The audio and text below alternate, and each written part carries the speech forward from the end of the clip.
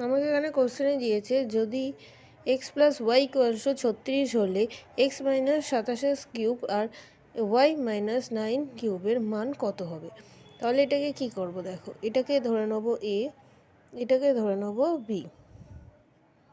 তাহলে আমরা এমনি নর্মাল ফর্মুলায় ফেলতে পারি যে A cube plus B cube equals to কী হয়, A plus B into A square plus A B plus B square. তাহলে আমি লিখতেই পারি